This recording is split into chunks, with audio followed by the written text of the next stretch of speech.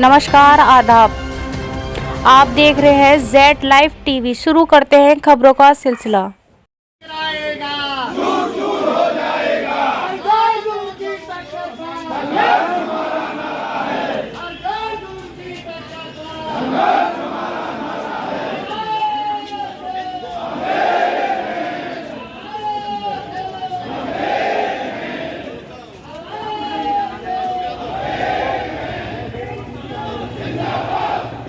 प्राथमिक शिक्षक संघ जिंदाबाद जिंदाबाद, शिक्षक एकता जिंदाबाद जिंदाबाद, शिक्षक एकता टक्कर पर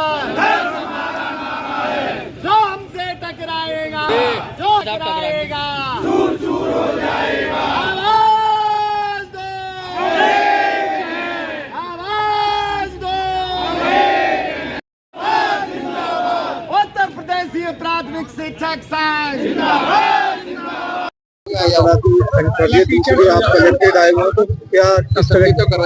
मैं संगीता त्रिपाठी हूँ और हम यहाँ याचना यानी ज्ञापन देने सब आए हैं, क्योंकि जो ये समायोजन 3.0 है उसमें बहुत सारी विसंगतियां हैं, जिसमें कि मैं अगर बताना चाहूँ तो पहला कि मुझसे मैं पहले तो मैं लोधा ब्लॉक में थी, उसके बाद मेरा स्कूल नगर में आ गया। नगर में आने के कारण हमसे एफिडेविट लिया गया। हमने वो एफिडेविट इस दिसंबर के लास्ट में दिया कि हम नगर में रहना चाहते हैं। उसके बाद मुझे कुछ भी नहीं पता, क्योंकि मैं SIR में भी हूँ, तो मुझे कोई आइडिया नहीं था कि ऐसा कोई समायोजन का प्रोसीजर चल रहा है। और बकायदा मुझे 3 तारीख को ये पता चलता है कि यूडाइस पोर्टल से मेरे हेड द्वारा कि मेरा नाम यहाँ से हटा दिया गया और मुझे 30 तारीख को रिलीव भी कर दिया गया है, जिसको कोई भी संज्ञान नहीं। इसमें मुझे ये कहा गया कि मतलब कोई भी उसका कोई एक मानक नहीं है कि आप सीनियर को भेज रहे हो कि जूनियर को भेज रहे हो, किस चीज का भी नहीं। क्योंकि मेरे विद्यालय में मेरी NPRC में एक टीचर है, वहाँ पे सीनियर और बीच में से एक टीचर को उठा लिया गया है।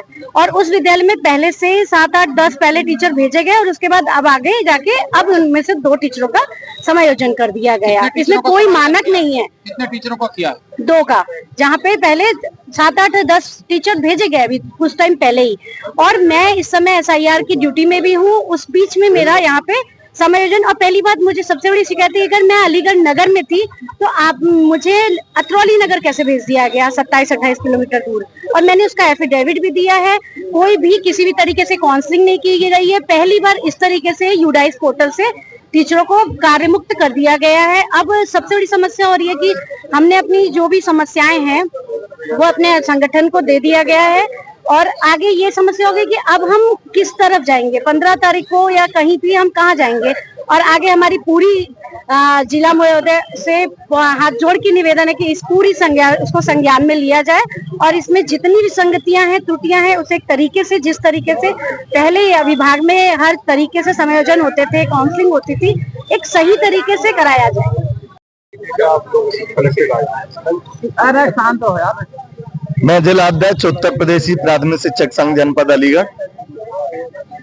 जो हमारी सबसे प्रमुख मांग है आज की, वो समायोजन 3 में जो विसंगतियां हुई हैं उनको लेकर के, साथ ही उसके साथ साथ और भी मांगे हैं, जिसमें अकारण शिक्षकों को निलंबित करना और निलंबन करने के बाद भी जब उनकी जांच पूरी हो जाती है, जांच अधिकारी द्वारा जांच प्रस्तुत कर दी जाती है, जांच आख्या, उसके बाद भी उनको बहाल नहीं किया जाता है। काफी शिक्षकों के 1-1 साल से वेतन रोक रखे हैं, उनके वेतन जारी आदेश नहीं किए जा रहे हैं और अकारण ही बहुत सारे शिक्षकों की प्रतिकूल प्रविष्टियां दे दी गई हैं, जिससे कि उनके चयन वेतनमान में व्यवधान उत्पन्न हो रहा है, चयन वेतनमान नहीं लग पा रहा है। इन सभी मांगों को लेकर के आज हम आदरणीय जिला अधिकारी महोदय को ज्ञापन देने आए हैं कि जो समायोजन 3 में जो विसंगतियां हुई हैं, जिसमें दिव्यांग शिक्षकों को नगर क्षेत्र से, अलीगढ़ से, जबकि नगर क्षेत्र में ऑलरेडी वहां रिक्तियां हैं, बंद एकल भी हैं, उनको उठा करके 33-35 किलोमीटर दूर महिला शिक्षिकाओं को भी वहाँ नगर क्षेत्र अतरौली में भेज दिया गया है। उसके साथ भी कहीं वरिष्ठ को हटाया गया है, कहीं कनिष्ठ को भी हटा दिया है, कहीं बीच में ले लिया है। ये समझ में नहीं आ रहा कि आखिर क्या पॉलिसी अपनाई गई है।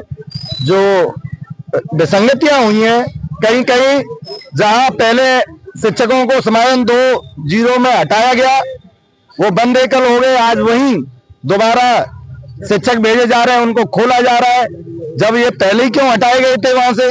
तो ये सारी बातें हैं।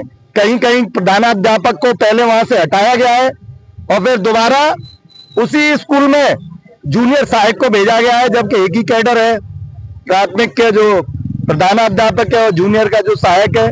तो ये सारी तमाम विसंगतियां हैं जिनको लेकर के आप देख रहे हैं, ऐसी भीषण ठंड में हमारी महिला शिक्षिकाएं बहनें और सभी शिक्षक इस छुट्टियों के दिनों में भी आज जिलाधिकारी महोदय को ये गुहार लगाने आए कि इन विसंगतियों को दूर किया जाए, ऐसा समायोजन निरस्त किया जाए, दोबारा विसंगतियों को दूर करते हुए और यू डायस पर विद्यालय परिवर्तित कर दिए गए हैं, जबकि कोई लिखित में आदेश जारी नहीं किया गया है। तो हमारी शासन और प्रशासन दोनों से मांग है कि ये जो विसंगतियां हुई हैं या शिक्षकों के साथ जो गलत हो रहा है उन सब पर रोक लगाई जाए, इन पर विचार किया जाए, विसंगतियों को दूर किया